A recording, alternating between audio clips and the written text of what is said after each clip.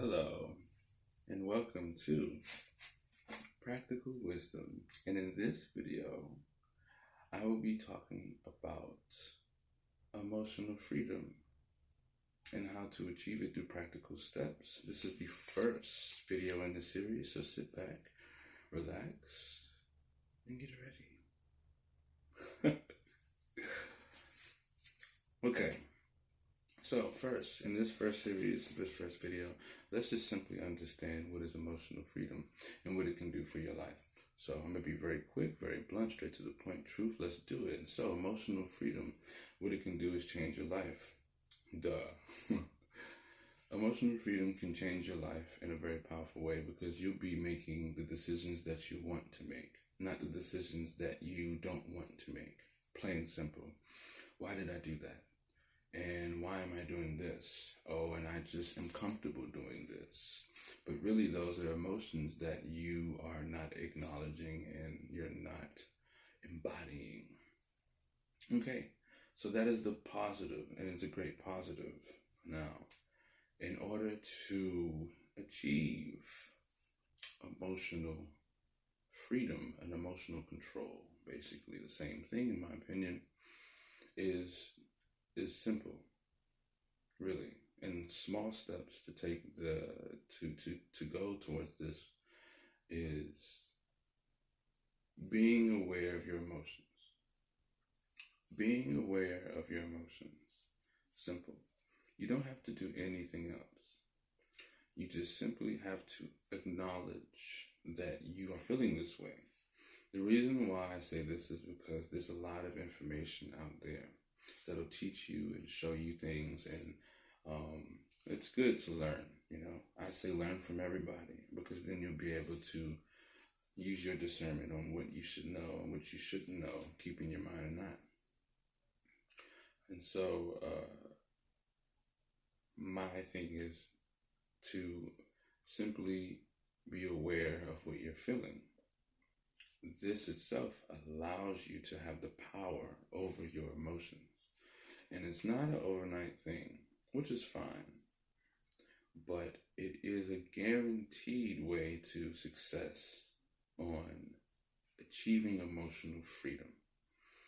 Now, there's a couple things that you can do to automatically do this for you.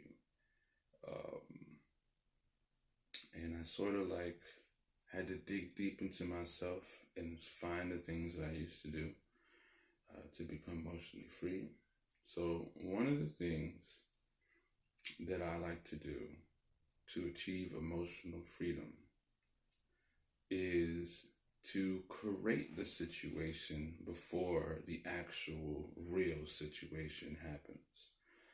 And the reason why I do this is because it gives me a chance to become aware of that emotion.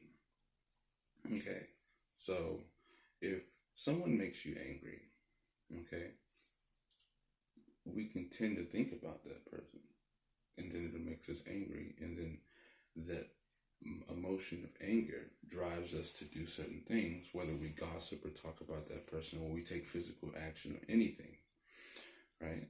But we can use that of which we already do, which is think about the people that we don't like, or think about things that we don't like, or whatever emotion you feel. It could be happiness, you know what I'm saying? It could be sadness. It could be anything. Put yourself in that situation by thinking about it now. Let the thoughts drive the emotion.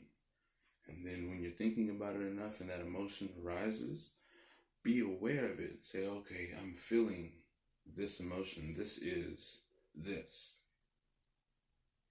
And just keep acknowledging it.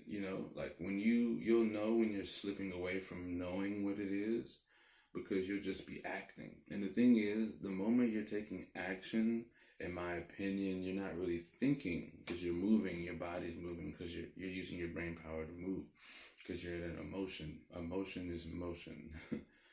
So a practical step is to create the situation by visualizing it and thinking about it. So that way you can spark that emotion.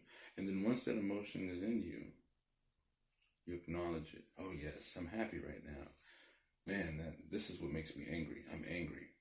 I'm angry. You know what I'm saying? Know when you're angry, acknowledge it, feel it. When you get into that state, this allows you to gain power and control little by little, to the point where over time you'll feel an emotion and you'll be able to move how you want to move regardless of the emotion, because the emotion will move you. You have to move how you want to move while you're in that emotion. And then you'll find yourself coming to a point where you will use certain emotions to enhance what's going on in the first place. You know what I'm saying? So you could feel angry in a situation, and that anger could raise your levels and things. Now, anger is a low vibrational thing, but you can use a low vibrational thing and make it a high vibrational thing if you do it right. You know, and I'll get into that in later videos. But and I get off topic sometimes. Yeah, this is just what you want to do. You want to be aware of your emotions, and create the situation, and be aware of the emotion you feel when you create the situation. And you want to do this because it'll allow you to build that resilience, so that way when you encounter that emotion in the real world, you will be able to acknowledge it and move accordingly.